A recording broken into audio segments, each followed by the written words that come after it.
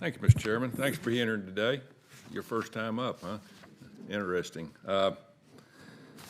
Dr.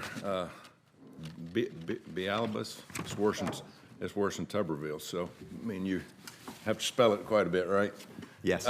You were talking about medical centers implementing microgrid and solar power systems on top of parking lots. Given in my state, Alabama, but I'm going to a couple of them next week before Thanksgiving. We have some good ones. We have some not so good. How do we use our priorities in terms of whether we put something on top of a building for a for solar panels or whatever, or how do we make a decision on what's more important, the building or the microgrid?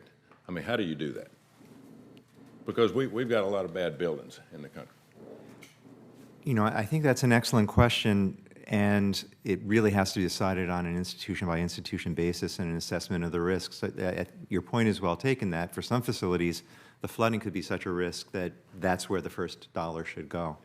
You know, all of this is about risk management and ensuring, you know, reducing the financial risk to an already stressed health system. Loss of revenue from being shut down by a flood or shut down by another event is as devastating as, you know, a decrease in reimbursement. So, but the fact that the fact that there is this financial incentive for the renewable energy and microgrids, and that the operation costs decline after that, make that a financially viable investment.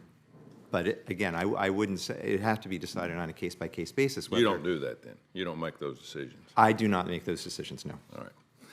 Let's go back to Senator Moran's question.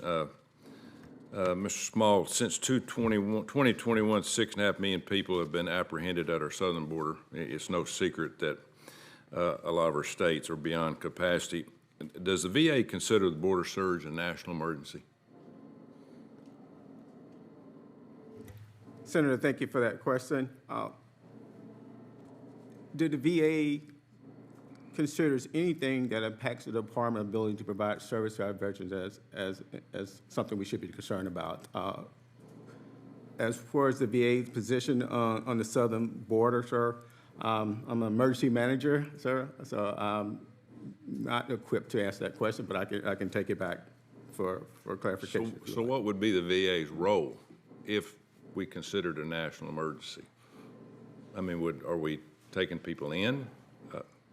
I'm just asking. I think the VA role would be, Senator, to respond to any fourth mission requirement we may receive to support a national emergency.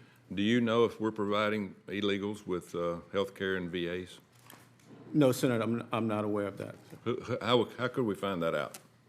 Senator, I would have to take that back to the department and find an answer for you. What about doing abortions on illegals in VAs? Do you know of any of that happening? No, Senator, I'm not aware of that happening. Would anybody else like to chime in on this about the southern border? Anybody else? Senator Tuberville, Derek Justin. One of the things that we have done under our fourth mission is really taking care of our federal interagency partners. We did so with COVID vaccines and administered thousands.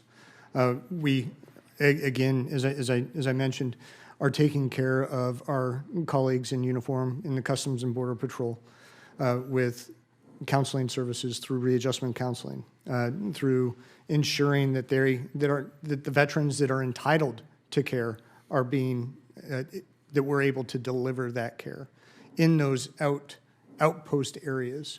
And so whether that's the CBP hopping in a van and going to one of our medical centers, or whether that's RCS and traveling out to their outposts, we're ensuring that those that are entitled to care are receiving care. Well, I'll be going to a couple of them next week and close to the southern border, so we'll find out. You know, I just hope we're taking care of our veterans. As Senator Tester said, we need to take care of our veterans, and I can understand that we need to give everybody health care, but it's real important to me we take care of our veterans. Thank y'all. Thank you. Thanks, Mr. Chairman.